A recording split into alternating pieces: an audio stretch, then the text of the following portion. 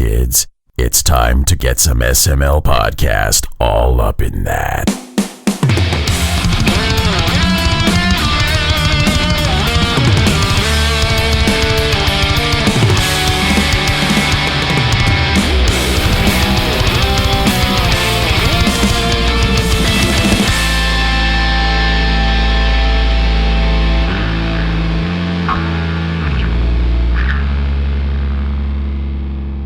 What's up, everybody? This is the SML podcast. I'm your host, Joe. Joining as usual, Cole. How are you doing? I'm not here. I'm a figment of everybody's imagination. No, I'm pretty sure you're here. Ah, son of a bitch. Not alone, though. Aki, DarkMika is joining us this week. Aki, how are you doing? I'm still alive. It's fantastic. You sound so excited and thrilled to be here.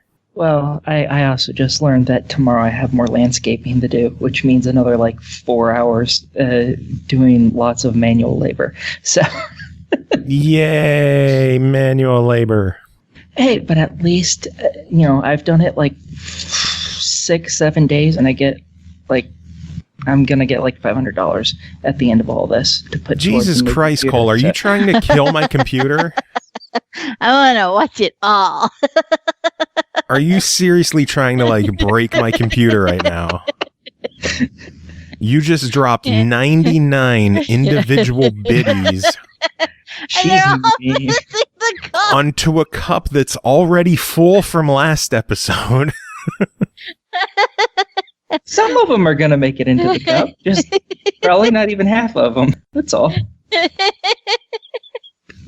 Oh my god. Oh, there goes one bean flowing out of the cup. This is such a shit show for the people watching the stream. I fucking love this.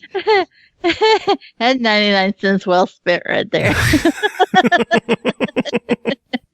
Actually, that reminds me. Derail the show right off the bat.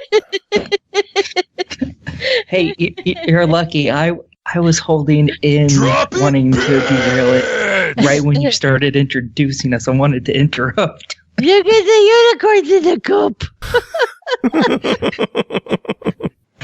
They're still falling. At least some of them are getting in the cup. How many of them? But some of them. Oh my god. Oh my lord. Well, the cup is now officially full. So yeah, the cup has been full. We need something to wipe it out. I'm worried that somebody's. I'm just worried that someone's going to sub and it's just going to miss to the side because it's been doing that lately. Okay, so that's why. So I was I knew we had a number of subs, but we always had a full cup. So I was I don't know. Yeah, they just whiff. Oh my god, they finally stopped falling. I'm so happy. Oh my lord. Even my video was stuttering on the stream. Oh my god. Jeez. So, how are you two doing today? Do it again. Oh my lord, no. That was fantastic. Oh shit. That was good. That was good. Thank you, Cole. Welcome. You got less than a dozen of them actually made it and stayed in the cup. That's sad. Look at that one falling out all slow. MP3 listeners are going to think, oh, what a waste of the first 4 minutes of this show. Actually, I have a question about that. On the YouTube, why don't you actually show what you see on Twitch? Why do you put it to just one static picture? Because my computer would explode if I tried making the video of the full thing. Plus, I have editing and trimming. And Drop Dead Artemis just subbed. So, DDA, thank you so much for the sub. MrSynister. Oh, it was a gift sub. Yeah. MrSynister with the gift sub. I thought DDA was hanging out. Thank you, Mr. for the gift sub. That looks like it's going to be a direct hit. Oh my god. Just give it 3 minutes. And it just hit and it bounced up. It just bounced. It didn't even fly down and explode the cup. I don't know why. This makes me sad. I wanted to see them go everywhere and just fry your computers. Oh, that's depressing. Oh, man. Maybe next time. Yeah, maybe next time. Mr. Sinister, thank you. Thank you again for the gift sub. It is always a pleasure having you here. And Cole, thank you for the biddies. Welcome. That's fun. Yes. I think you should do it again, Cole. Think so? No, we have a show that we have to do. we have shit that we got to take care of. Do we? Do we really though? Yeah. Oh, well, that's unfortunate. This is fantastic.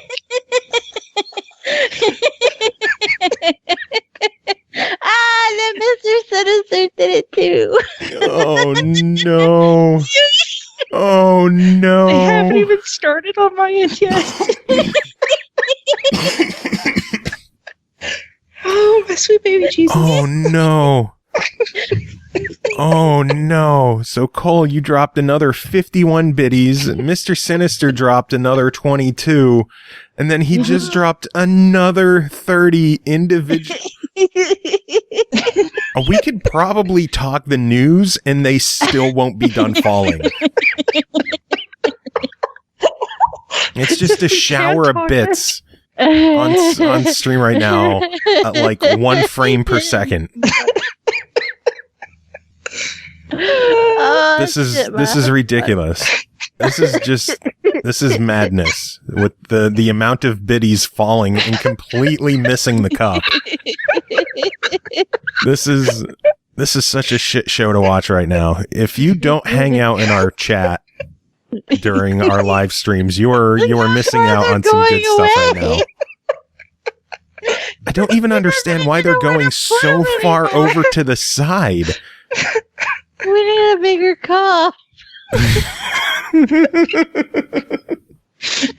This is way funnier to me than it should be. I don't know if I should keep this in the show or make this Patreon content.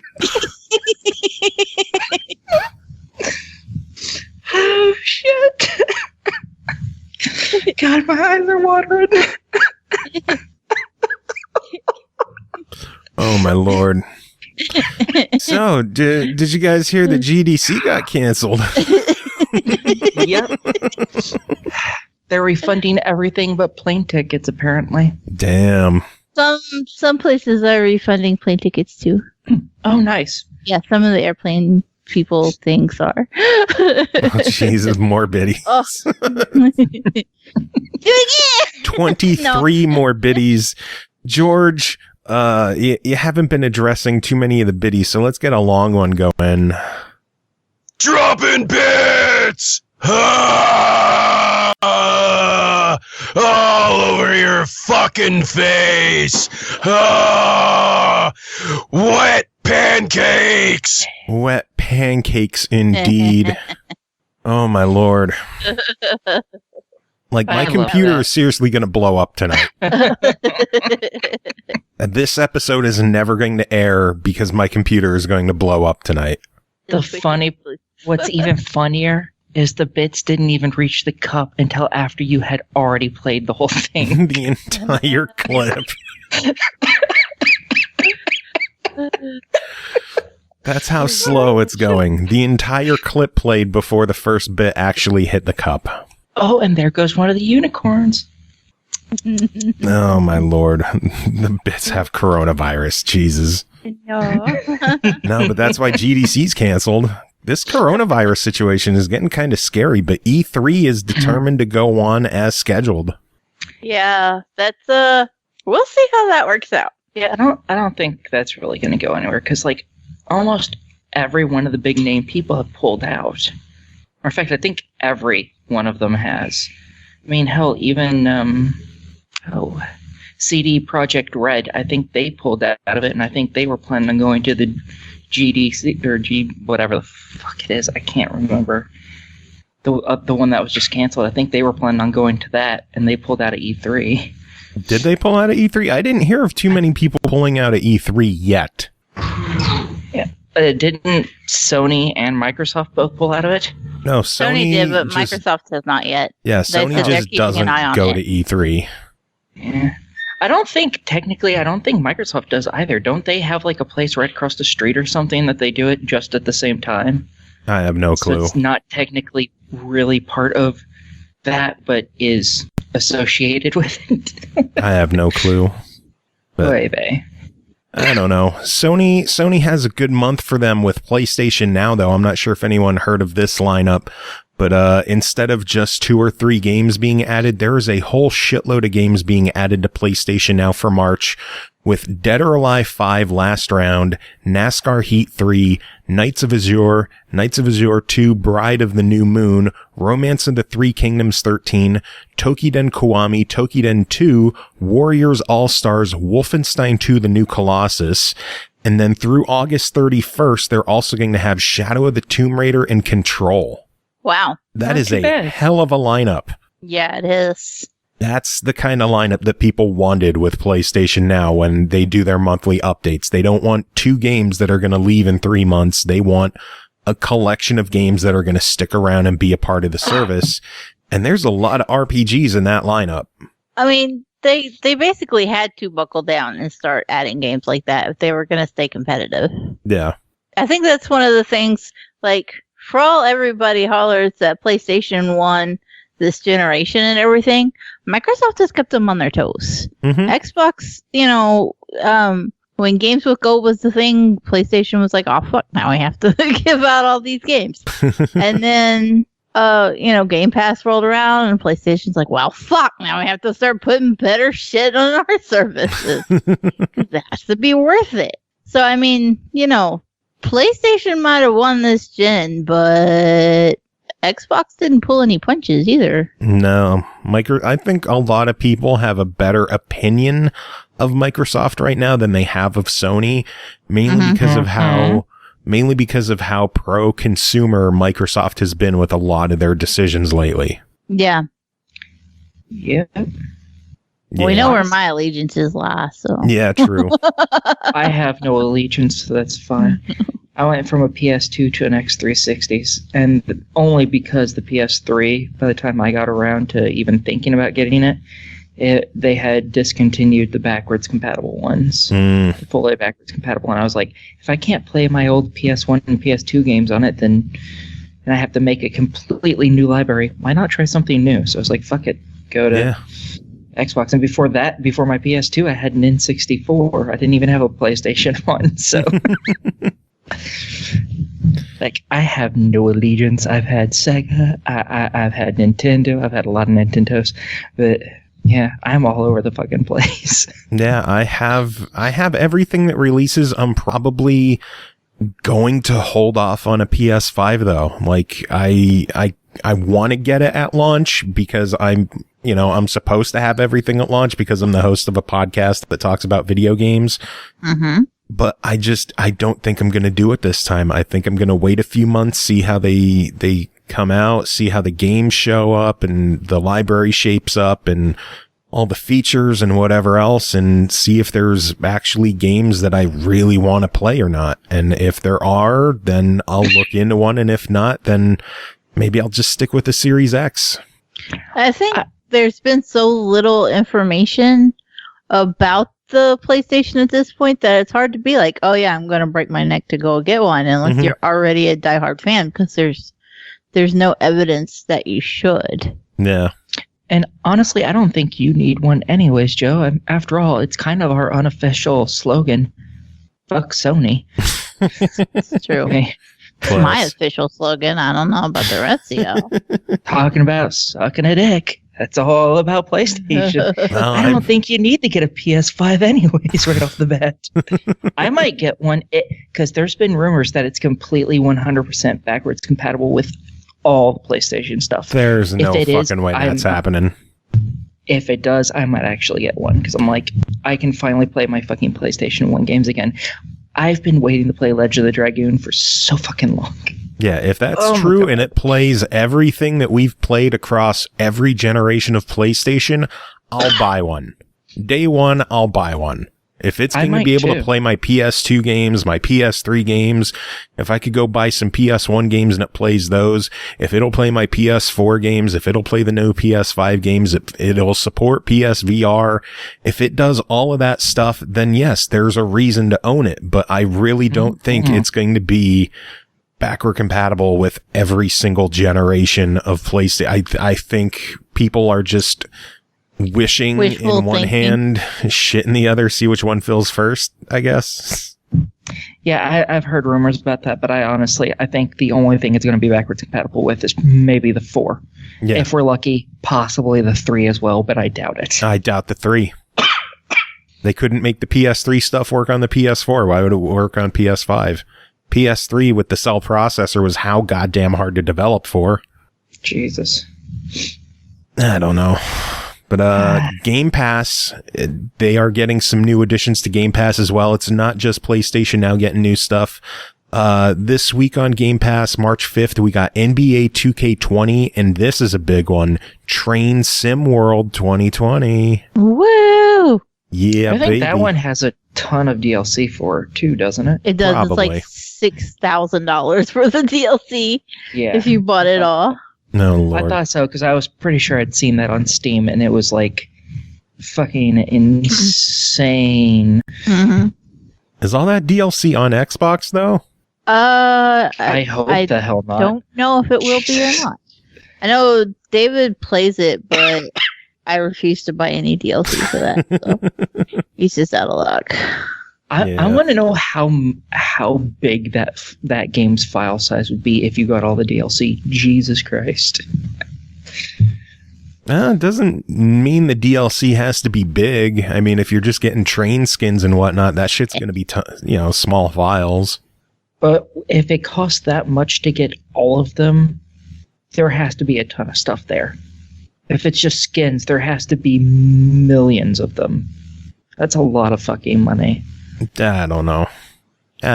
But next week, Game Pass is going to be insane. March 11th, Ori and the Will of the Wisps is launching direct to Game Pass, which I cannot wait for. March 12th, Piku Niku is, I believe, launching direct to Game Pass. And then March 13th, Piku Niku is like a little puzzle game, I think. Ooh, I like puzzle games. Looks cute. Like a little puzzle platformer, I think. Ooh, I'll have to look at that. I didn't look up enough on it. It just looks cute. So I like cute things. And then March 13th, State of Decay 2 Juggernaut Edition is releasing. And then the Bleeding Edge beta is going on from the 13th through the 15th before its launch. Man, that is a lot. Yeah. Not all good news, I'm excited though. for the Juggernaut edition. Well, you love your State of Decay, too. I do. I am unapologetic about my love of State of Decay. I need to get I still haven't played it. Terrible people. I won State of Decay 2 in a Twitter raffle. I still have yet to play it. Jeez. No excuse for you. It's not all good news, though. A couple of games are leaving Game Pass. As usual, there's no explicit date mentioned, but I'm guessing by the middle of the month they'll be gone. Deus Ex Mankind Divided, Lich Spear Double Spear Edition, Shenmue 2, and Thimbleweed Park are all leaving Game Pass. So fire those up and play them while you can before they're gone for good, or use your discount and pick them up now. I might have to get Thimbleweed Park. I don't know if I own that one or not. It is good. Yeah, I remember you reviewed it. I think it was. Yeah, good stuff. Did we say that Apocalypsis was leaving Game Pass for PC too? Is it? Yeah, I had it installed. It's like, I don't know when it leaves. I'm assuming somewhere mid-month, probably. Yeah. But I had it Quest installed is on leaving PC. PC as well.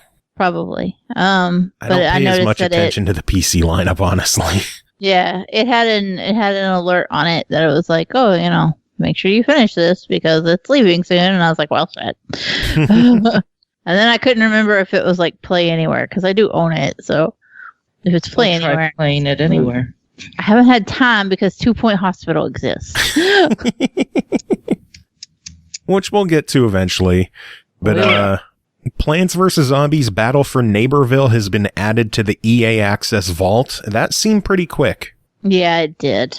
That was a quick turnaround. Nervous. Why are you nervous? Because if they added it that fast, maybe it didn't sell well, and then we might not see any more Plants vs. Zombie stuff, and that would be sick. Maybe. They didn't really promote that one that heavily, and the fact that it came out at $40, I think it. I don't know. It was already in danger. Yeah, they weren't behind it to begin with. I don't think. No, and I am sad about it. But now more people get to play it. That's a plus. Yeah. The Twitch Prime games for March were revealed with Bomber Crew, Whispers of a Machine, Mugsters, Fury, and Epistory Typing Chronicles being the free games for Twitch Prime members for March. I know 3 of those games are fantastic. Twitch usually has really good games. Yeah. They usually don't have stinkers. They have a great lineup of free stuff to give away. Because they got that Amazon money to make it work. Yeah, pretty much. Let's see what other news. Death Stranding will be hitting the PC on June 2nd from Sony and 505 Games. It will also have a Half-Life headcrab hat. Okay. I saw that. It looked really cool. It has a few other Portal things in it as well, but I don't remember what any of them are. That was just one of the 3 or 4 things. That's cool that they're adding bonuses. Oh, that new Steam game, the Alex Vance one, he's getting gloves in Death Stranding. That's like the VR gloves that she had. No. All right. Those look pretty cool. I haven't followed Half-Life, what is it, Alex? Yeah, something like that. I haven't been following it just because it's VR and I don't know. Despite having a PSVR, I'm not really too engaged with VR releases anymore. I don't know. It just, nothing does it for me. I haven't seen anything release on PlayStation VR in a while where I'm like, oh my God, I need to try that. I need to play that. Everything just feels like such a gimmick anymore that I don't know. Yeah, I don't keep keeping track of it because I'm photosensitive and I'm blind. So. Yeah. So I don't think you could do VR to begin with. But probably not, no. The Final Fantasy VII Remake demo launched on PlayStation Network this week, so if you have a PS4, you could fire that up and check out the demo for Final Fantasy VII Remake. It looks so good. The internet seems to be big fans. Yeah, everyone seems to be pretty excited about it. I have not checked it out yet. I don't know, I haven't fired up the PS4 in quite some time. Yeah, and one of the NPCs, not one of the main ones either, one of the tertiary ones, is thirsty as fuck. I think someone told me her name was Jessie or something. Yeah. She is so thirsty for Cloud. It's insane. I love it. Root Beer loves VR. I mean, I don't know. I don't know if like the honeymoon phase is over with VR for me, where I don't know. Does anyone have any thoughts on VR? Like, am I alone in thinking that VR is kind of just now? It just doesn't do it for me. I thought that since the get-go. So, for me, VR is just an intermediary step between being able to put our whole brain into a video game. Once we hit that, I'll be good. Until then, everything is just a shitty gimmick. I'm just waiting for something good. Oh, man. Yeah. I'm a loser. What can I say? It's okay. So are we. That's why we do this show. This is true. Yeah. I thought we did it because none of us had any lives, not necessarily because we were losers. Yeah, little column B. Yeah. I was to say, then again, you are the host and she is the co-host, so, I mean, guess I should have clued me in there a little bit, but you never know. Well, you're fired. Yeah. Volunteer work anyways. I volunteer again. Problem solved. Awesome Prime, True VR Killers playing in red and black, Virtual Boy. My God. Fuck yeah, man. Fucking Virtual Boy. Hideki Kamiya of Platinum Games was quoted in an interview when asked about the Xbox One version of Wonderful 101 Remastered as saying, quote, "The original engine for the game and the engine for Xbox One are very different, and it's not easy to port like the other systems. So as a result of that, unfortunately and regrettably, we had to relinquish the Xbox release." I call bullshit. Everybody else seems to do it. You see, You see indie devs with like one-man show, and they can do it. Yeah. They can do it with no goddamn budget on top of that. They do it with the pennies they find in their couches. Yeah. Fucking No Man's Sky had a team of 25 people, and you see what they did with Xbox One. And then you look at Platinum Games that has like 200 people employed there, and they can't get an Xbox One version of Wonderful 101 working. I call absolute bullshit. This is just pettiness by Platinum Games. I think it's pettiness over Scalebound still. I think this is absolutely stupid that they're making Xbox gamers suffer because of a stupid, petty little squabble that they can't get over. I think it's kind of sad that Scalebound never came out, because that looked like a good game. I wanted that game. Oh, me too. I wanted that game so goddamn bad. I still hope it comes back one day, but the fact that Platinum is being so shitty with Xbox gamers anymore, it's bullshit, and they need to stop. Treat us like you treat the rest of gamers. We matter. And I really don't understand when anyone says, oh, porting to this other system so hard. I'm like, motherfucker, they got Witcher 3 to fucking play on a goddamn Switch. Fuck you. You can port it. Yeah. Yeah. It's really hard to believe the whole we can't port it thing these days. Yeah. Like that, the Switch is like what, a tenth of as powerful as all these other things? They're still porting shit to it.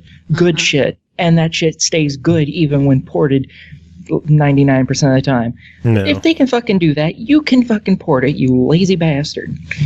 And where's Nintendo sticking up for Xbox here? Like, Cuphead and Ori are on the Switch, and we can't get anything from Nintendo like, hey, you can't give in a good word to Platinum, like, hey, make sure they get Wonderful 101. If we're putting it on other systems, might as well take care of our friends at Xbox, as we say in our video about Cuphead.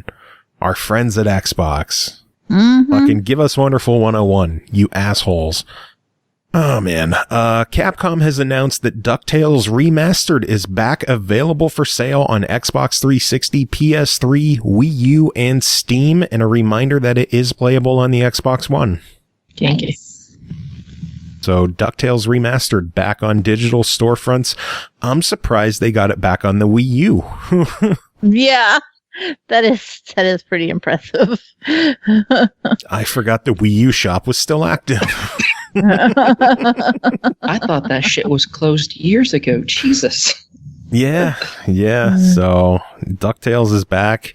Darius the Snow says I'm still after the physical version on Xbox. Yeah, DuckTales Remastered, the physical version and digital version have different achievement lists. No. Really? Yeah. Yep. Okay. That's not normal. And they install separately on the console too. Yeah.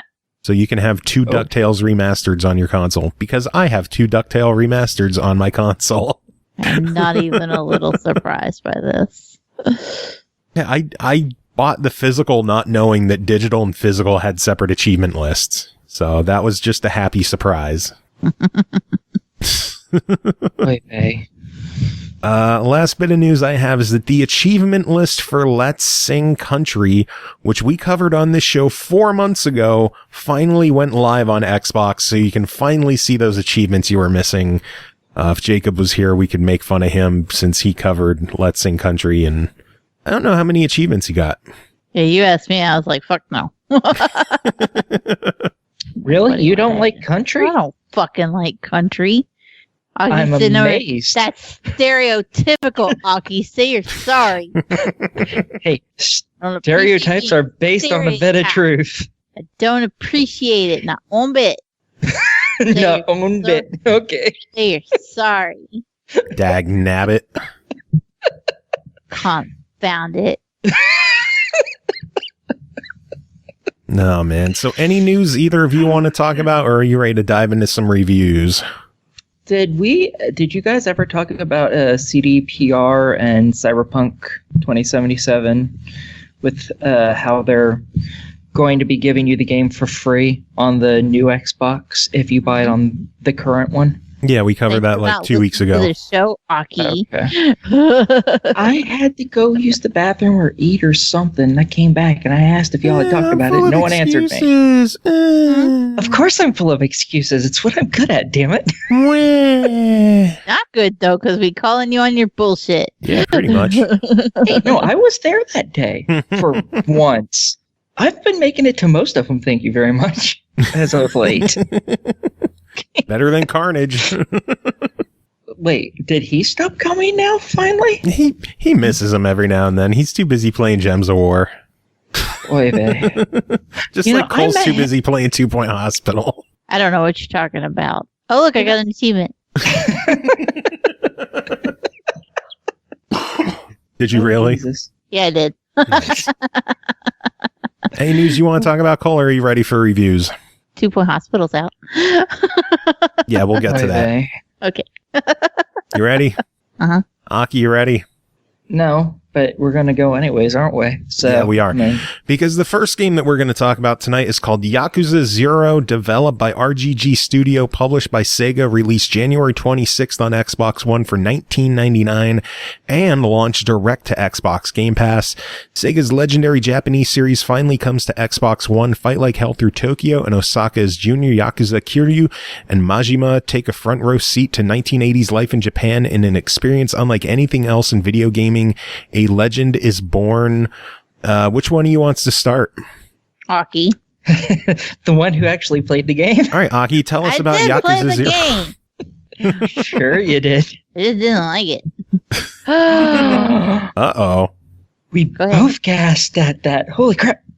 All right, Aki, tell us about Yakuza 0.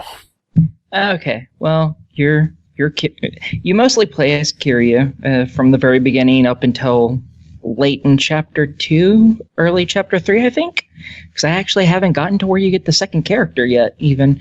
But and didn't you say you put like 60 hours in this game? And I'm still in chapter 2.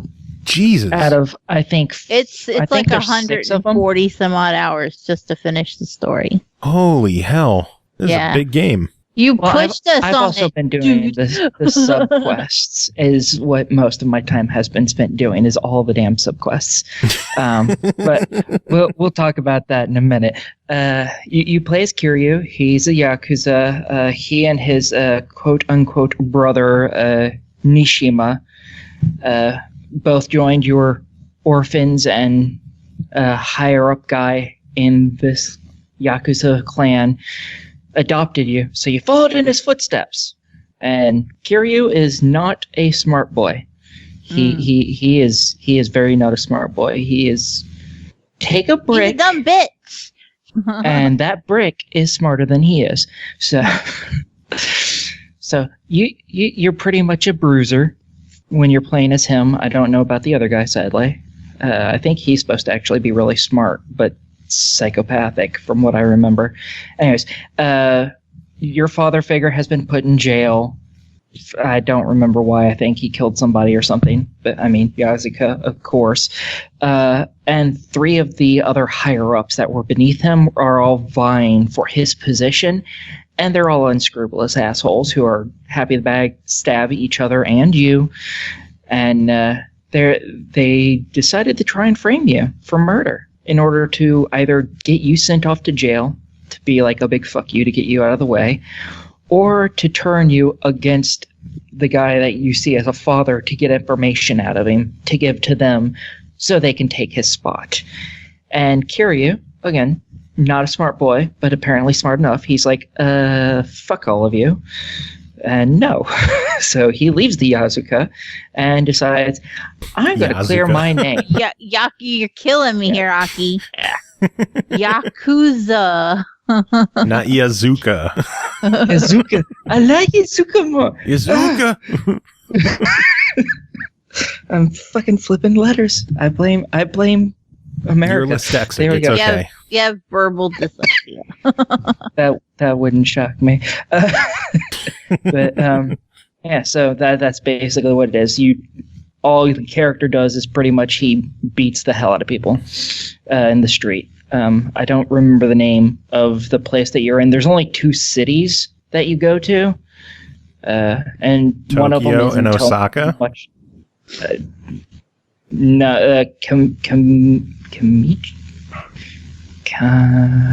damn, no, I can't remember the names of the fucking places at all. I know the first one starts with a fucking K, but I can't remember it because I never really leave it because I haven't unlocked the other one. Because you can go to a pier and then you can come back to that city, and it'll tell you what the name of it is. And he talks about it when he's in conversations, but I can't remember the fucking name of it. Mostly because I don't know if I've actually heard him actually say the name. I think I've only read it. Because the cutscenes are split between two different types. Really good ones where everything moves, everyone talks, it's all fully voice acted, it's fantastic. And other ones where you constantly tap A to get through the dialogue. None of their mouths move. They might say a single word for each sentence, and they're meh. Well, a lot of games have cutscenes like that, where there's more involved cutscenes for more involved bits of story, and then there's just, portrait cutscenes for less important stuff. Yeah, it's just that you're going to spend a lot of time in Yakuza watching cutscenes. Yeah. Yeah, and that's like more than half the right there. It was, have you ever seen like Korean drama shows? It felt very much like watching a Korean drama. That's pretty much what this game is. It's a Japanese it's a Japanese drama, basically. And so like you're just gonna it's so good. An occasionally interactive movie. Yeah. It's best to look at it as such. The actual gameplay is occasionally you'll get into sequences of combat. Like you'll be trying to go from one mission to another and you might bump into a group of thugs that you beat the shit out of. Combat is very minimal.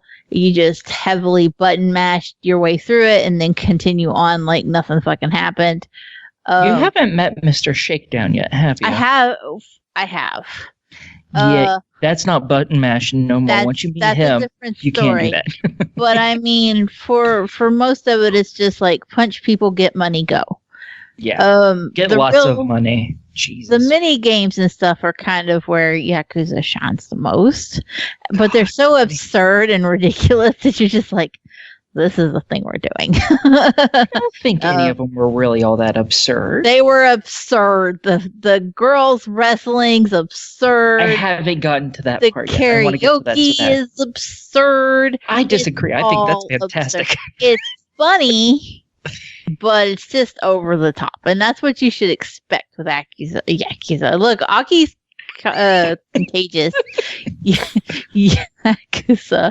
I mean, just that it somehow finds a way to be camp, which in the most perfect of ways. I mean, I wouldn't go that far. Well, you'd be wrong then. There's a lot of Grand Theft Auto inspiration. I don't remember. I don't know what came first, Grand Theft Auto or Yakuza. But you can see like that kind of open world element is there, and there's the whole subplots with the I want to call it a bathhouse for some reason. With the girls and whether or not you're actually running a proper establishment and all that. It's just... Well, you're clearly not, but... Yeah. It likes to try to convince you that you are, but you know damn good why you're not. And then you literally... There's a collectible porn trading cards. Which are pretty nice.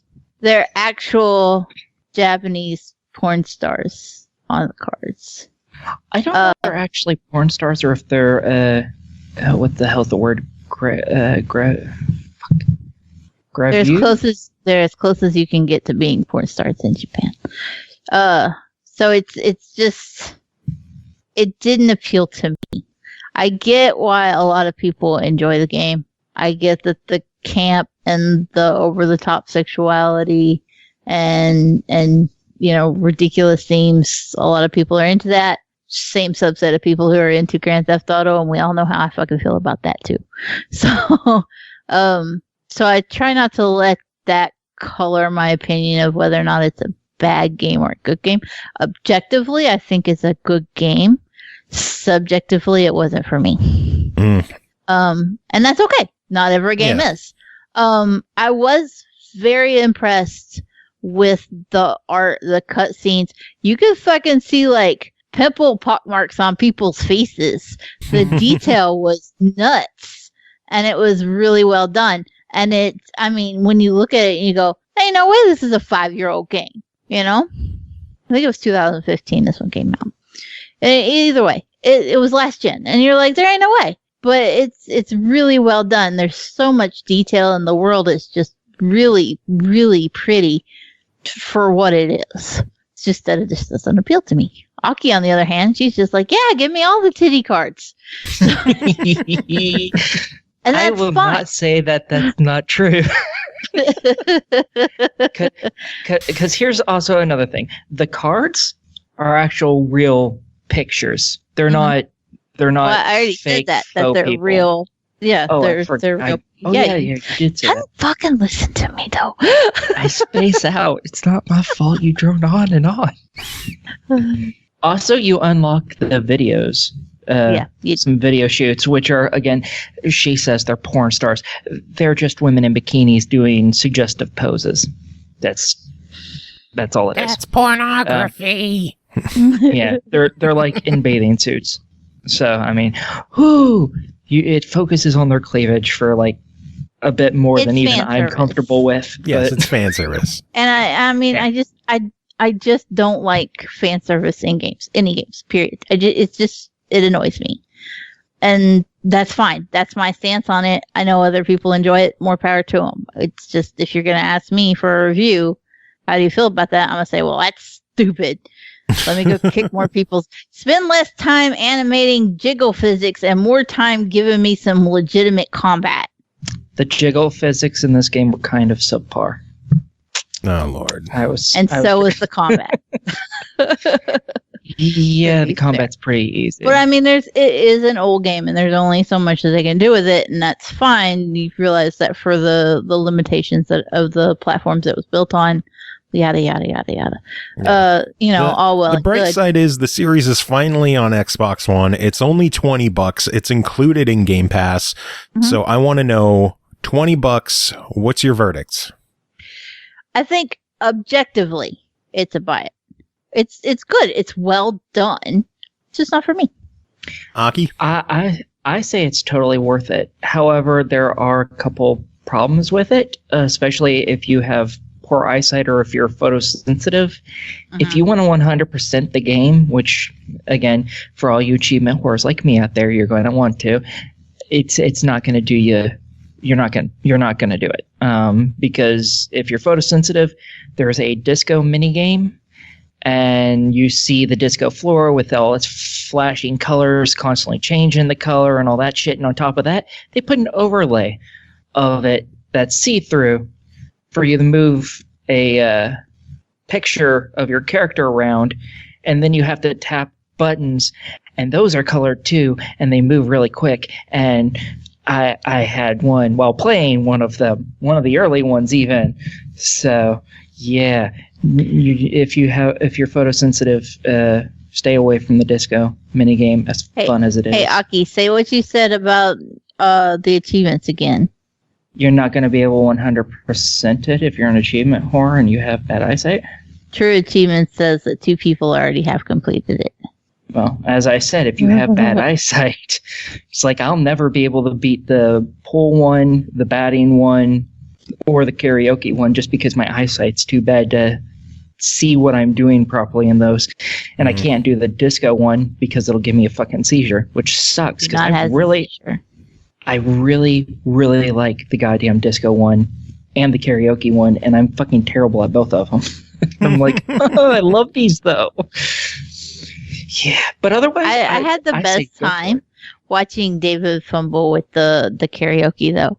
Like, he can't do rhythm shit like that at all, and it's not even like rhythmic. It's just you push the buttons as the thing scrolls across the screen. He couldn't do it. He was literally missing all but one or two a scene, and I was like, Jesus Christ, dude, how do you play anything? I think a part of that is because during those sequences, sometimes the bar suddenly, or the icon where you have to push on things, it starts moving at a different speed suddenly at the beginning of some lines, and that screws me up a lot because like there's 3 lines that it goes on, and when it hits the bottom line, it goes back to the top one if there's a top one, or the second one if there is no top one.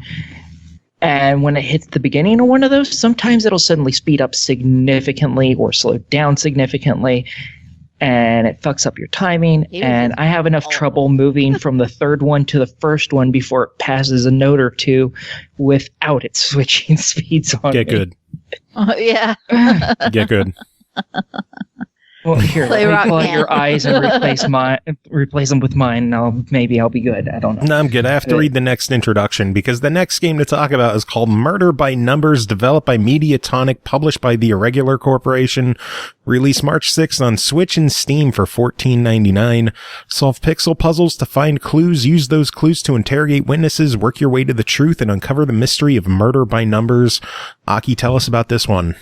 Well, it's a pick-a-picks game mixed with a visual novel, and you play as a TV detective actress named Honor, and she is hot. Jesus. Hey, it's not my fault. They made her hot, okay? It just is what it is. Anyways, she gets fired one day because reasons, and then she finds a robot that has amnesia. And he saw a fragment of her show as he was floating around because he's hovering. And he's like, oh, detective, they can help me figure out my past and what I'm for and who made me and all this shit.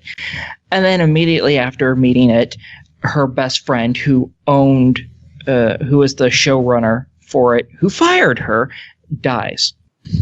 So she and the robot decide, hey, let's solve this so I don't go to jail since I was just fired. That's fantastic motive. And it's just the entire game is about her just solving individual cases. There's 4 different cases. The first one obviously being her best friend being murdered after firing her. But after that, she has 2 more where she just happens to be in the wrong place at the wrong time. And the last one, the detective finally caves in says, here, help me. Because during the very first case, you meet a senior detective named Cross, who's like the old man. He doesn't understand technology. He fucking hates technology. He's like, VCRs are too much fucking work. Like, and he doesn't want to listen to anybody, and all the police are trying to push him out and into retirement because he's just an old, crotchety asshole. Like, every time he sees you doing something, he's like, fucking you again? Why? Get out of here. I don't want you here. I'm the detective. You're a nobody. Go the fuck away. And you never do because fuck the police, I guess. In the end, he's finally like, fuck it. You know what? You're never going to fuck off. So it just help me out, I guess. The hell with this. It's pretty funny. The entire game is just that kind of humor, just you irritating the police officer, and he's just being like, I hate you guys so much. Go away. Trying to protect you. Leave. Please. Stop interrupting my work. And they're just like, no. Oh my goodness. Yeah, it's great. All the pick-a-picks parts are when the robot is scanning for things, because apparently he can't just look at something and say, hey, that's a toothbrush. He has to be like, oh, let's see what the hell this is. And then you figure it out, and he's like, oh, that's a toothbrush. I'm like, why did I have to solve a puzzle for you to figure out that's a fucking toothbrush? Because a toothbrush gameplay. is a toothbrush. I guess that's true. But they start off pretty easily, but the difficulty ramps up significantly really, really fucking quick.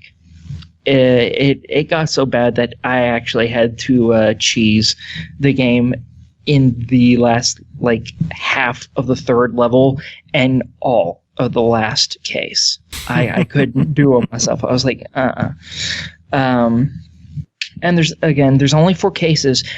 And you might be thinking, well, that can't be too long. It took me almost 27 hours to complete this game. Wow. 100% to do all the cases. It gets really long. Because some of these puzzles are really hard. Like they go from, I think it was a 5x5 was the first one, and then they immediately go to, I think, 10x10s, but at the end you're like doing a 25x20 or something like that, and it's stupidly difficult.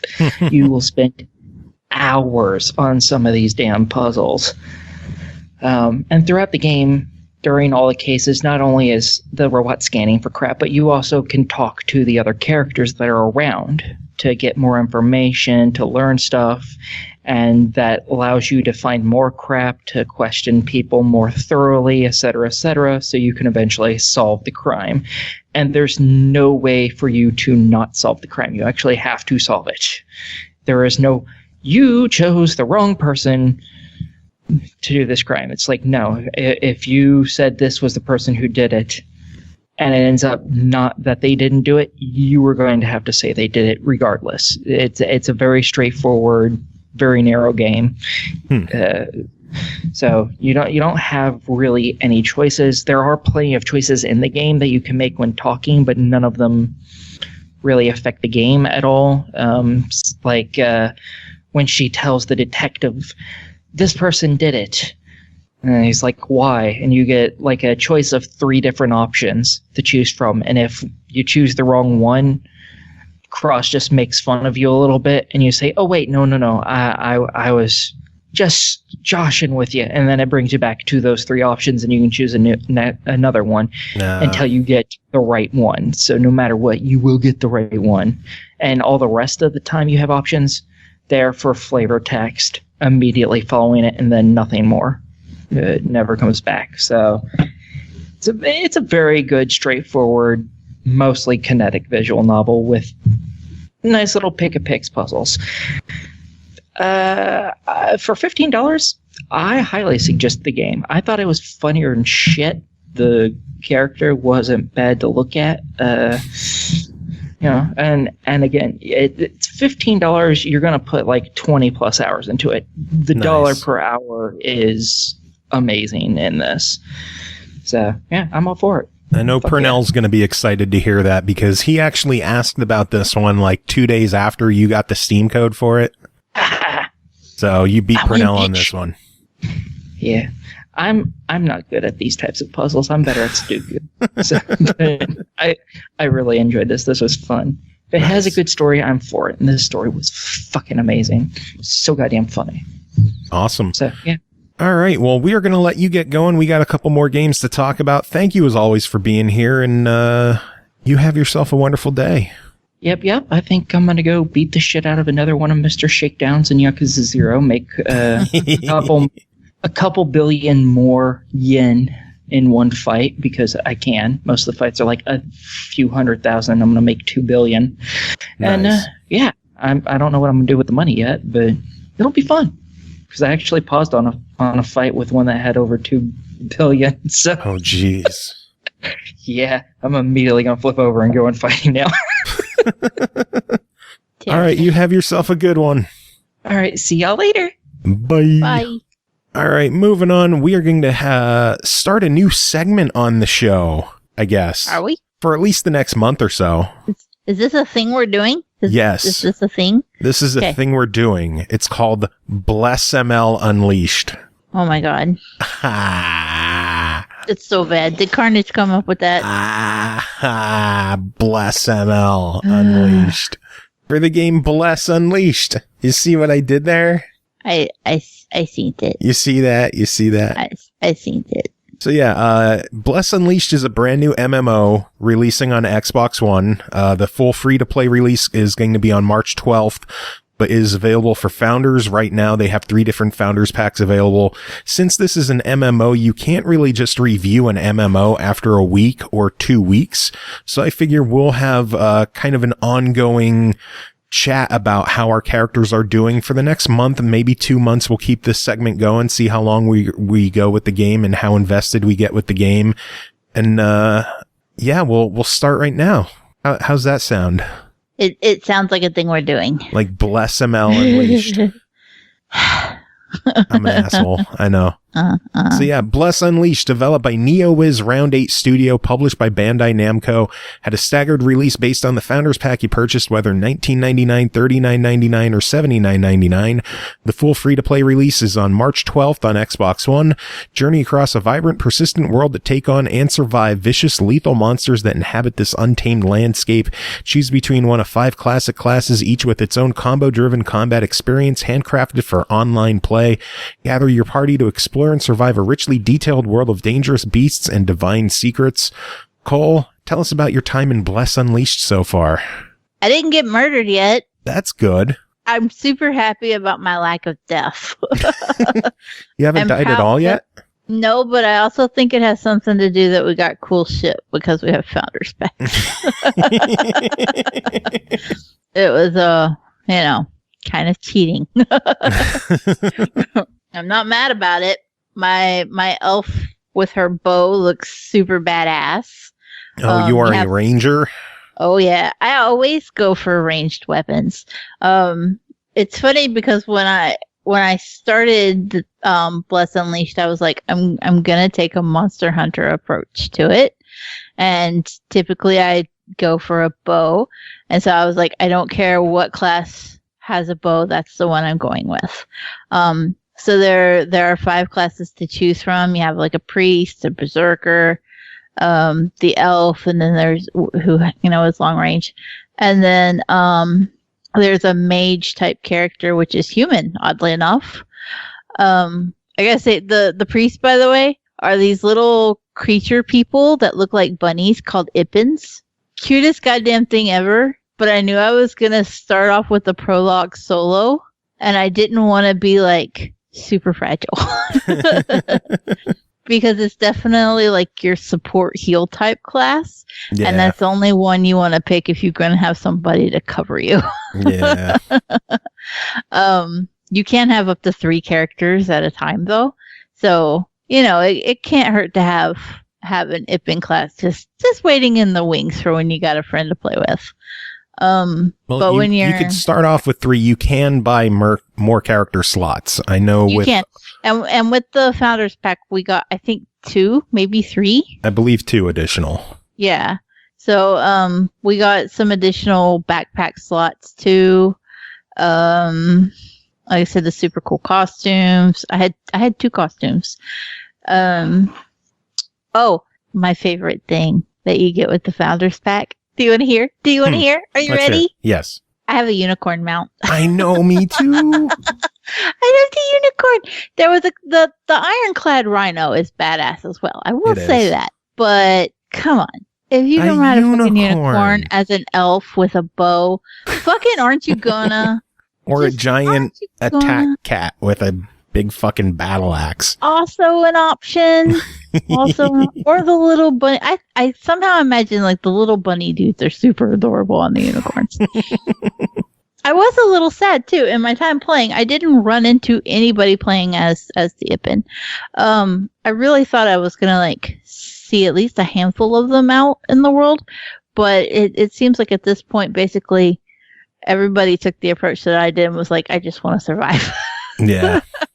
Until we start getting cool shit and actually experiencing the game, maybe let's not be support. Which is a shame. I want to play I want to set up an Ippin character and play with them. They're so fucking adorable. In case I didn't mention that. Their little bunny ears poke out from under their hair. Yeah. Anyway. Best character, hands down. You get to customize character, what they look like, what their name is. I had a very Elder Scrolls moment. I was a little pissed. I was like, I'm playing this shit early, and all the names I'm coming up with for my elf are already gone. Really? Yeah, like, I figured Cole would be gone. It's pretty quick. But Eternal was gone. Really? Yeah, and I was like, excuse me, sirs and madams. Taking my fucking name, though. So, I mean, if you give a fuck about getting a name that you want, you might want to get in there kind of quick because people are being fast as fuck with the names. Yeah. And I that's a sore spot for me. I don't like anything. I get it in like a PC game where you don't have like a gamer tag tied to your account and all that. It makes sense to limit what names can be on display. But on like console where people have gamer tags, fucking what's it matter if there are 57 different Eternals running around? You know? Just because this is only on Xbox right now, it is going to be on other platforms later. So they have to have all platforms in mind when they develop stuff like that. I feel bad for those motherfuckers because they are not getting any names. No, they aren't. Those fucking names are gone. The world that they have built is incredibly pretty. I would love to sit here and give you like a rundown of the story, but I always get so confused in these MMOs.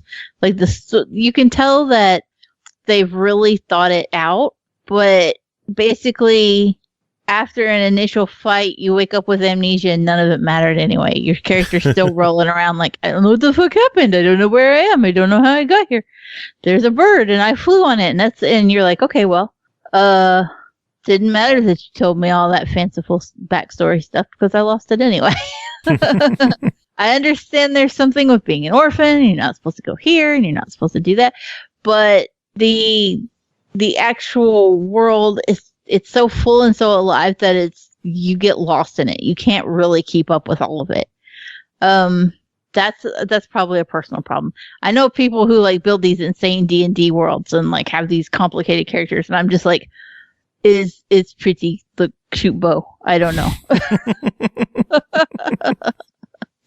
I find it incredibly impressive, but it's not me. But I did enjoy it. I had a couple small problems. One of my biggest issues was that I would run to an event that would further my story, and it would be like a public type of event, and other people were participating in it as well. And there were so many people that they would kill the enemy before I even got to see it spawn. Yeah, I've had that a few times as well. Or there's events where you have to pick up and collect items, but they're shared items. So and other people are picking them up too. Yeah, 3 people are going to run to a bag at one time and try to pick it up all at the same time. I also ran into an issue where I completed a treasure map and I found a place where treasure spawned, and people just hung out there constantly waiting for the treasure to spawn. Yep. And the fact that it was a shared spawn meant that I could dig it up and someone else could get the box, which is what happened to me a few times. I would dig it up and someone else would come over just out of nowhere and examine the box while I was still doing my like shovel put away animation. Yeah. So I wish there was more stuff in this game that was unique to yourself. Like treasure chests would be nice. Like I know the common chests that you find with the bag pieces and, you know, some gold and artifact chunks here and there. Those are individual, but it'd be nice if the stuff that spawned would be more unique when it comes to treasure and when it comes to collectibles for quests. Yeah. Yeah, it was definitely frustrating to like go through the motion of doing something and completing a mission, and then you think you got your item and somebody else got it. There were a few times where like I'd have to go collect something, and then I'd be like, oh, I got it, and go back to turn it in, and it'd be like, the fuck it go. I didn't have it after all. And that is an annoyance. I guess I've played Sea of Thieves enough to like be like, well, that's a thing that fucking happens when you're in a shared world. But it was definitely more daunting for me anyway to like just completely miss parts of the story because everybody would just descend and murder characters before you even got to see the cutscene or anything. It would be like, well, there. I remember I was sitting there and I was like, Wolf King spawns, and I'm like, okay, cool, I'm right here. Oh. Yeah, getting that Wolf King at the very beginning is that's a tough one to actually get because of how quick they die. Yeah, and then there's like 75 people standing there, and you're like, kudos to being able to create a world with a server like this and it's holding on. That's great. But get out of my fucking game. And the prologue is supposed to be single player anyway. And then there's just all these people killing your shit. Well, that's after the prologue. When you wake up, it's not after enough for me to be okay with it, though. The prologue is right just there. that section at the original village where you run through and like the place that gets attacked. That's the prologue. The moment there were other people in the game, like my anxiety spiked, and I was like, "This is tough." Well, as you get further into it, you see things aren't as populated. Yeah. As the very people beginning. Haven't made it that far out yet. Yeah. And like the further out you go into the game, the more freedom you have. But I mean, it's only a matter of time where they're staggering the release, which I think, by the way, is a great way to test server loads. Mm-hmm. It's a really smart idea, honestly, to feather it out like that, and rather than just being like, "Hey, it's free. Here's today." Crash. Well, fuck. So it was a good way to go about it. But I feel like it's just going to get worse instead of better as far as like crowding goes, at least at this point. Like 6 months from now, but probably not. But at this point, you're just like, one thing that would be nice too, because it is so fucking crowded, is if you could like set down the opacity of other players' names. I walked around in a circle for so long looking for one dude, and I just couldn't see him among all the names. So, like, if you could turn down the opacity and make player names less, opaque and a little more transparent so you could see through them, that'd be good.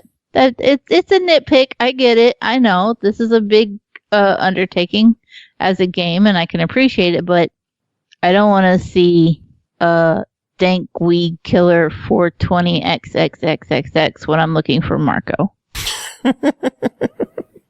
Personally. How did you feel, Joe? I'm really having fun with the game. I'm level 14 right now. I have been dumping a lot of time into the game. I love all of the open world quests and all the open world events where you can find the random spawns of like these mega bosses that spawn around the map, and you and a dozen other people all ganging up and taking them down at the same time. It's just such a really cool, fun experience. I have not delved into any of the dungeons yet. I wanted to wait until you're higher level and we could do them together. Yeah. I want to partner up with you and party up and do some of this game together with someone else, which is the point in an MMO. So hopefully for next week, we could talk more about the co-op experience. But as it stands right now, this is available minimum $20 for a founder's pack that lets you play it right now. It is available to play right now with any of the founders packs. Do you think it's worth dropping the money for a founders pack? Wait until it releases on the 12th. What are your thoughts on this? It's worth it for the founders pack just to get the motherfucking unicorn mount. Although I do want to throw out there, I have one problem with the mounts. I get that there's a stamina drain on running as your character because they want to encourage you to use a mount, but the stamina drain on a mount is just bullshit. Well, that's just for sprinting. It's still bullshit. Let me run free. Created a big ass world. Don't make me be slow. That's personal gripe. All right. Yeah, I enjoyed it. I think it's definitely worth checking out. If you're worried about dropping any money on it right now, know that the microtransactions in the game, it's all like cosmetic stuff, like weapon skins and character costume skins and mounts. You're going to find some stuff like experience boosters and things like that. But it's from what I could see, it's not a pay to win. It's not like you drop $100 and you get a sword that kills everything immediately. Like, you're still going to have to work and play the game. You can't just buy yourself a win. But the red bow looks badass. It does. You should buy it. One other minor gripe I had, I wanted to mention quick. I started a second character, because I wanted to test out a ranger, and you don't get any of the bonuses. Oh, from really? the Founders Pack. Like the Crimson Weapon set and all the mounts and stuff like that. You only get them for your first character, which I thought was a bummer. Yeah. Damn. Yeah. That is disappointing. Anyway, next game to talk about is called 2 Point Hospital, developed by 2 Point Studios, published by Sega, released January 25th on Xbox One, PS4, and Switch for $39.99. Also launched direct to Xbox Game Pass. Build, cure, and improve, design stunning hospitals, decorate them as you like, carry very unusual illnesses, and manage troublesome staff as you spread your budding healthcare organization across 2 Point County. Cole, tell us about this game. I know you've been addicted to it. You're probably still playing it now, aren't you? Amy? So, yeah, I fucking love 2 Point Hospital. Put that on your box right there.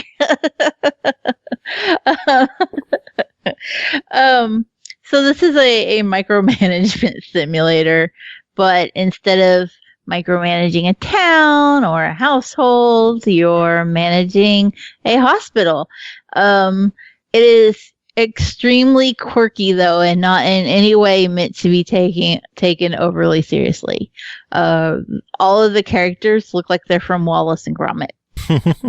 That's all I can think of every time I see it. I'm like, how are you not getting sued by them for that character model? That is a Wallace and Gromit character if I've ever seen it. Anyway, like half the audience is too young to know that what Wallace and Gromit even is. That's depressing. Shaun the Sheep, maybe?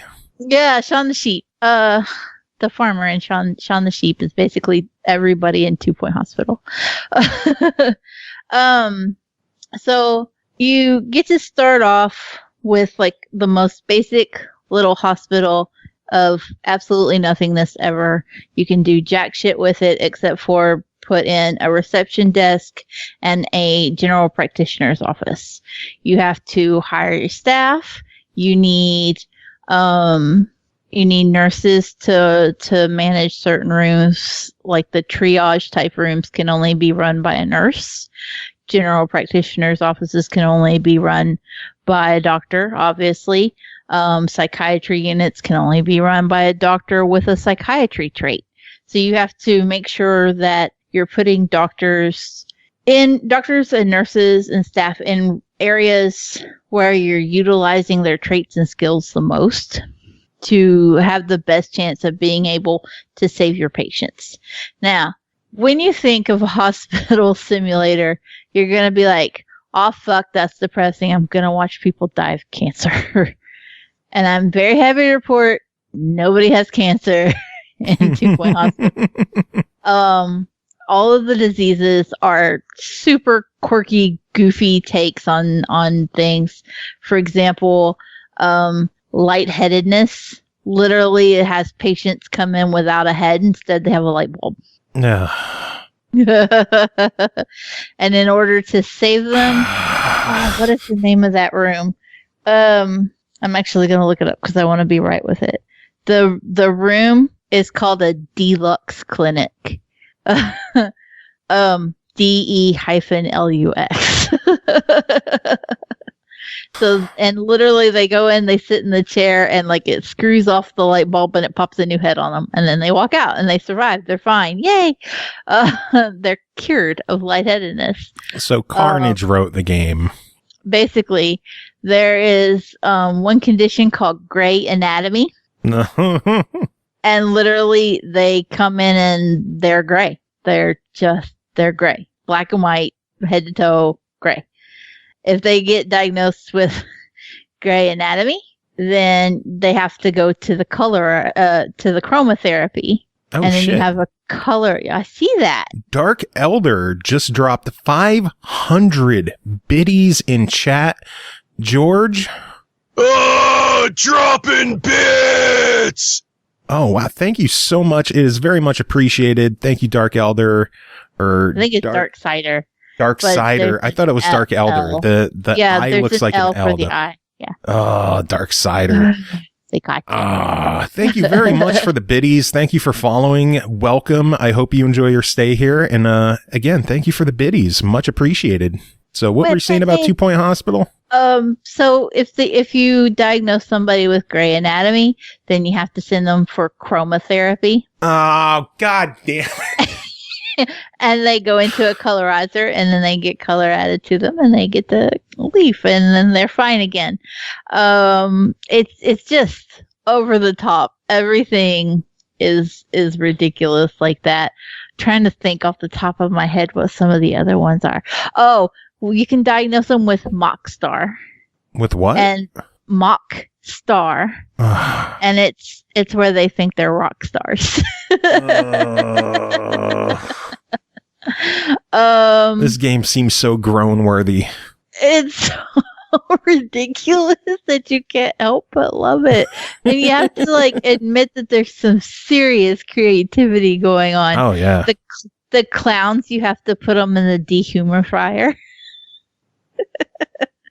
It's like a dehumidifier, but it's a dehumidifier.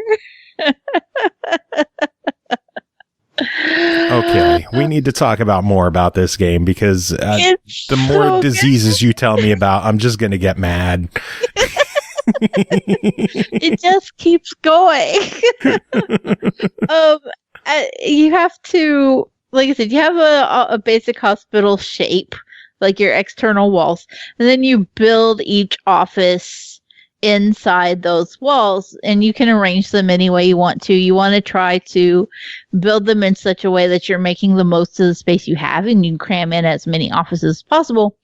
But they have certain requirements. A GP's office needs to be 3 squares by 3 squares, for example. Same for the pharmacy, and the pharmacy might need to be 3 by 4. No, it's 3 by 3. I'm sorry. But there are some that obviously need to be larger depending on the machines that you have to put in them. Psychiatry is 3 by 3. Bathrooms, you need to put in bathrooms. You need to put in food, like snack machines.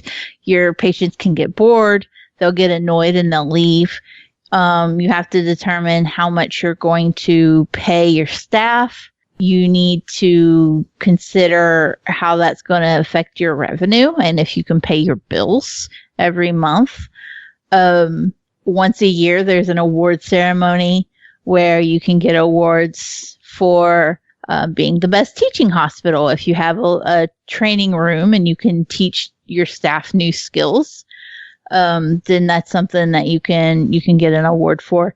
If you have a nurse who is doing incredibly well and hasn't killed anybody, then that's great. Then you might get an award for that. You need to have janitors who have ghost busting abilities, because if somebody dies in the hospital, they may come back as a ghost. Not everybody who dies comes back as a ghost, but some of them will. And then you may see everybody running around absolutely panicking, and you realize that there's a ghost, and your janitors are sitting in the break room eating pretzel snacks and watching the TV, and you're like, no, motherfucker, get out there and bust some ghosts. Oh my Lord. It's absolutely over the top. It's comedic. It's cartoonish, and I am so in love with it. It plays incredibly well. I haven't had any issues with frames. I haven't had any issues with it being sluggish. The controls are very well suited to controller. I've played it both on the Xbox and on PC because it's on Game Pass for both. Nice. And they have separate achievement lists for those achievement whores who want to stack, although it is a grind for achievements, and it's something that you're going to have to just commit to putting time into. But it's worth it. Well, then for $40 on this one, what do you think? Absolutely buy this game. I have every intention of buying it both on PC and on Xbox to keep, because if it ever leaves Game Pass, I'm going to be heartbroken. Yeah, it seems like you really enjoyed this one. I might have to get Ashley to try this one. Yeah, I think she'll get a kick out of it. Especially being a nurse, I think she might enjoy that one. Yeah. So I'll have to bug her to try that one out. Next game to talk about is Hold called... on, just 1 second. Okay. Back up. D had to go get number 1, and he just texted me that they're coming up the road. So I'm going to mute while they come in real quick. And I was like, couldn't do that smoothly. But well, good thing I have to read a review, because the next game to talk about is called Kimono Heroes, developed by Mad Gear Games, published by NIS America, released February 27th on the Switch for $14.99. When the mood god turns the inhabitants of the forest to stone, 4 animal ninja masters must fight their way out to Mount Fuji and break his spell. Use swift moves, an arsenal of tools, and each master's unique abilities to save your home. Surly covered this one, wrote in a review, and this is what she's got to say. And fun fact, she actually got this game at my house while she was hanging out this past weekend. So there you go. I have friends in real life. Suck it. She says, hey, SML Podcast, it's me, Surlina, and this week I'm reviewing Kimono Heroes on the Nintendo Switch and developed by Mad Gear Games. Kimono Heroes is a return to 2D platforming of old, and you have the opportunity to play as 4 different heroes as they go on a quest to save their homeland from what appears to be a possessed moon, turning all the inhabitants into stone. Let's hop into the review. When you start your new game, you get to choose one of 4 heroes, and each of the 4 heroes has a different power. You have Futamaru, the fox hero who can transform into enemies and use their powers. Next is Hanako, the squirrel hero who can glide. Then you have Miyuki, the cat hero who can climb walls. And then finally Yu, the monkey hero who can climb ropes. You can use these powers in a variety of ways to get through the levels and also find goodies that can only be accessed by certain characters. For example, I played as Cat Hero and was able to find 2 extra lives simply because she could climb a wall. One pleasant surprise I found is that this game supports local co-op, so split your Joy-Cons and you can play with a friend. The game has pretty much everything that you would expect from your typical old school platformer. There's no tutorial, so you have to figure out how to use your arsenal. The sword swipe is Y, your kunai is A, and you jump with B. You can double jump immediately, which is nice, and you can use your ninpo magic with X. You also have a slide with L, and you can unhook or unlock hooks, which allow you to grab ledges with R. Finally, you can get bombs and use ZR to swap it out with your kunai at will. Your bombs and kunai are unlimited, so go nuts. Once I figured all that out, because the game doesn't tell you how to use anything except hooks and bombs, I was good to go. I did manage to defeat the first boss using only the kunai, which is pretty funny. That should be an achievement. Defeat the game using only kunai. Moving right along, I wouldn't say Kimono Heroes is hard, but it is a bit tedious. Once you advance your screen, you can't go back. This is super annoying when you're trying to get a chest and when you move a millimeter too far and you lock yourself out. Also, the rate at which the enemies come at you is insane. I played on normal and they were literally falling out of the sky nonstop. Plus, on the first level, I'm playing with kunai only, so it definitely had me in my feels. One thing I enjoyed was if you fall in a gap, you don't die immediately, but you do lose some health, which is cool. At the end of every second level, you do have gain access to a store where you can upgrade your weapons, buy back some health, and even some extra lives. If you do lose all of your lives, the game does have continues, but you also have to do a mad dash for your coins, which get tossed up Sonic style, and have to get them all back before you're placed back in the world. Art design-wise, Kimono Heroes is pleasant to look at. The world is Asian-inspired, so the designs are in line with that. The music didn't do it for me, though. It's there, but it's ambient and wasn't noticeable. The bosses weren't particularly interesting either. They all had their patterns. Only the third boss managed to surprise me. By the by, this game is pretty short. You can finish it in just a couple of hours. The life of the game is extended with the fact that you can play as the other characters and grind to finish out the achievements. By the time I was done, I already had most of them, and the others didn't hold much appeal for me. Kimono Heroes is available on the Nintendo Switch for $14.99, and should you buy this game, I honestly can't recommend to buy it for this game. I would say try it if you're looking for a platformer on your Switch. I wouldn't say this is a bad game by any means, but by the end of it all, I shrugged my shoulders and said, I guess I need a little bit more than that in a gaming experience. All right, sounds pretty decent. I don't know, it looked interesting. I might give this one a go. I don't know if you're back yet or not, but I'm gonna go with no. So, for the best breakfast this side of Lake Michigan, come on down to Joe Cam's Pancake House, right in the heart of Milwaukee. Biscuits and gravy for miles, deep pocket buttered waffles, and all the pancakes you can guzzle down. Serving breakfast all day, 7 days a week. You good to go? Yeah. Next game to talk about is called Ib and Ob, developed and published by Sparpweed, which is an amazing company name. It released March 5th on the Switch for $14.99. Ib and Ob is a 2-player cooperative game set in a puzzle-filled world where gravity goes both up and down. You can only succeed by working closely together. Cole, tell us about Ib and Ob. Ib and Ob is a super simple concept for a game, but its puzzle elements make it a lot more difficult than you would expect. I think it's a great puzzle game, so as far as like a puzzle platformer goes, it's a really good one for younger kids who don't typically play these kind of games. They don't have that kind of experience. That's why the Switch is a pretty good home for it too. It's definitely suitable for a younger crowd. I know playing it with number one, we kind of had the this is too easy vibe quite a bit. But also her and I both are pretty hardcore platformer players. Funny, so when we played together, it didn't seem too easy. Are you calling me a moron? Does that sound believable? If the shoe fits. I mean, there's moments. It was funny because even though I say that it was super easy, there was one point, like, if I just stopped and, like, looked at a puzzle for a few seconds, I'd be like, oh yeah, I get it now.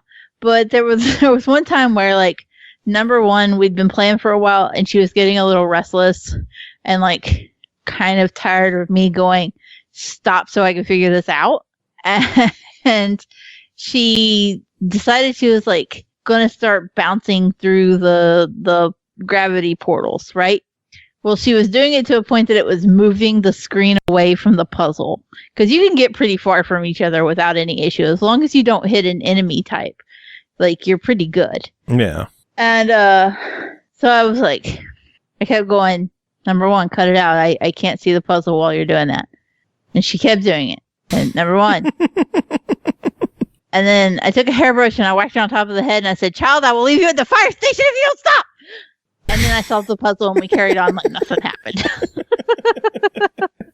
It was swell. Oh, Lord.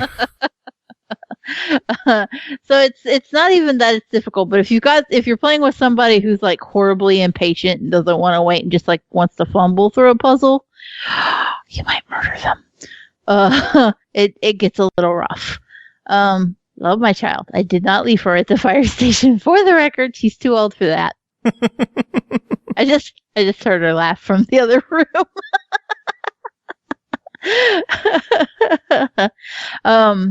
So the way that most of the puzzles work, you have one green character, one pink character. I don't know which is which. I think I lie. In the title, I think Ib is pink and Ob is green, isn't it? I don't remember which was which. So I'm pretty sure that's correct. And if I'm wrong, well, fucking nobody else has played it on here yet to tell me. So deal with it.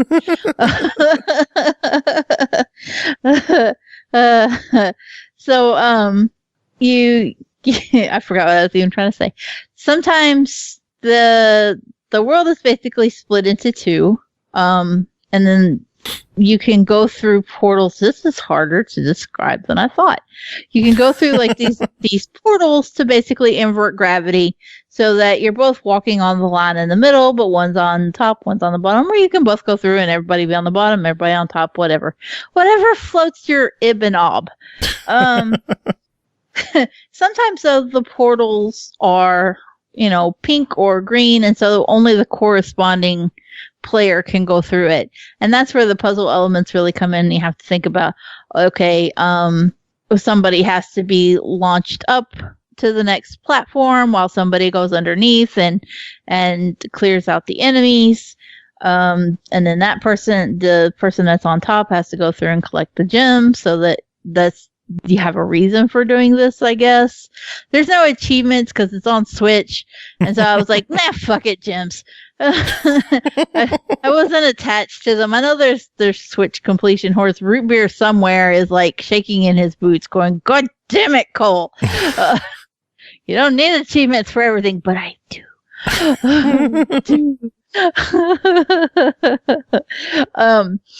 So I wasn't inclined to worry about whether or not I had got all the sparklies for every level. that's fine. Number 1, she was a little more like, get the sparklies. I'm like, I don't care. I just want to see if I can solve the puzzles. You find you're happy where you can. It's deceptively simple though. Like you think, okay, well you go through the portal and that's fine. But as you continue to progress, they start to introduce some really interesting mechanics for how to get through the platforms. One of my favorite mechanics that they add in is like there's these launch pads and you can't jump when you're standing on a launch pad. The other character has to go to the other side of it and jump onto it to launch you up or down, as the case may be. And so the bigger the height difference for your jump before you hit that pad is how high the other person is going to launch. You have to get really creative to get some of those jumps. And some of them are super difficult. We played a portion earlier together where you jumped off of your platform, launched my character up from the platform, and I had to arch over, and by the time I hit the other platform, you also needed to be on another platform to get launched down. Yep. So it made like a oversized S-curve, if you will, once you did it properly. But it required a lot of timing, and you look at it and you go, okay, well, that's not too bad. You just got to be on the platform. But then you're like, no, motherfucker, you got to time that. You have to think about how fast you're moving. And it can get a little tough. If you don't have built-in co-op like I do, then you're not out of luck. Like I said, we were able to play online.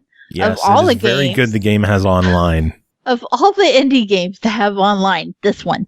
Okay, that's awesome then. Too. Yeah, I'm not mad. I think that more should have it. But it was really nice to be able to like I had never added anybody as a friend on the Switch.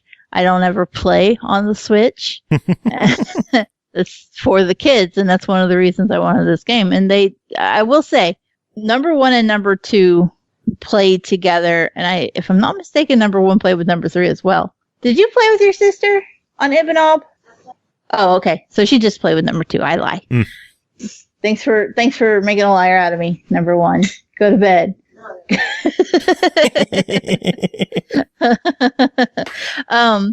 But they were able to play it together, and it was really nice to hear them in the room playing it, and you could hear them like talking out the puzzles and giggling over it and just having a really good time. It was nice to see those two playing something that wasn't Minecraft. So. Well, then overall, $15 on Ibanob. What are you thinking? I think it's a good price for it. I think it suits it, and I'm okay with that. Yeah, I give it a buy it. Awesome. Yeah, I had fun with it too. I obviously can't, get into it nearly as much as you did since I didn't have anyone to play with besides you. But yeah, I had fun with it. I thought it was pretty cool. It was adorable. Yeah. It's so simple, but it really does mess with your head to figure out the way through some of those puzzles. Gravity bending games always mess with me. Like, I am terrible at anything with gravity in games because it screws with me so much. I'm surprised you didn't get motion sick. Nah, it's just first-person games. No, there was something we played not too long ago that was third-person. I don't remember what it was, though. And you were like, I got motion sick. Well, 2D games, I've never gotten motion sick. Give it time. Yeah, true. Anyway, final game to talk about tonight is called Grizzland, developed by Ivan Zlobin, published by East Asia Soft. It released February 26th on Xbox One, Switch, and PS4 for $4.99. Welcome to the Grizzled Planet, a seamless open-world platformer presented in retro style and filled with old-school challenges. Explore without pointers to uncover secret areas, equip yourself with unique items and skills, and even the ability to shrink and enlarge or explode and recombine. Only through self-discovery will you overcome the enemy dinos in an epic combat and find the truth in Grizzland. Cole, tell us about Grizzland. There were dinos in this game? Or dinos. It just says D-I-N-O-S. Oh. I had no idea what they were. And I will explain to you why I have no idea what they were. The entire game is black and white and also like 8-bit. Mm-hmm. So I want to go ahead and put it out there. We all know how much I really fucking hate 8 and 16-bit games. And yet, somehow, I played Grizzland to completion without a guide. And I was just like, here I am. I'm kicking ass. For all intents and purposes, it was the kind of game that I should have just been like super pissy about even playing at all. Because I don't like the 8-bit look. I don't like 16-bit look. I can handle monochrome. I can handle grayscale. But if I can't tell like the difference between your background and your foreground, then I'm cranky. Somehow though, with such a limited palette and such limited detail, they did a really good job with Grizzland. I think it was super cool to play. I enjoyed going through it. I enjoyed looking at everything. They're not bullshitting when they tell you that there's limited like tutorials and stuff. It doesn't tell you jack shit. I had to back all the way out to the beginning and look for a controller scheme. I don't think I found one either. I think I was just like hopelessly pushing buttons until I figured out what I could do. Each of your abilities are scattered on the different levels. You need to go around and collect jars of water and use that water to water the trees so that you can be propelled to the next level. You'll have to overcome bosses that will have you testing out your different abilities as you get them. And overall, it's just a really solid, simple puzzle platformer. There was one boss sequence that I was like about to murder somebody over. It was so ungodly difficult. So it was just so overwhelmingly difficult that I was like, I had to shut it off and just come back to it later. I went and played 2-Bit Hospital. That's what I did. I played 2 Point Hospital, and then I went back and finished Grizzland after I calmed down because I couldn't figure out what to do over that stupid boss. Of course you played 2 Point Hospital. I had to calm down. I had to go cure some lightheadedness, bust some ghosts because I fucked up and let some people die. It was minor. It's fine. Everything's fine. But yeah, I for all intents and purposes, this is not a game I should have enjoyed. And yet I felt really satisfied when I completed it. I was like, fuck yeah, I did it. I did it by myself. I'm a superstar. I will have to say, you can complete the game without actually beating the final boss though. But if you've gone so far as to complete the game, you're basically at the boss anyway. So you might as well just do it. And then just like have that satisfaction that you did it. It's like, you already come this far. Fuck it. What's a few more hits? No. Well, then for $5 on Grizzland, what do you think? I give it, I normally I would be like, yeah, fuck it, why not? But it was solid enough that I'm okay with a full on buy it. Nice.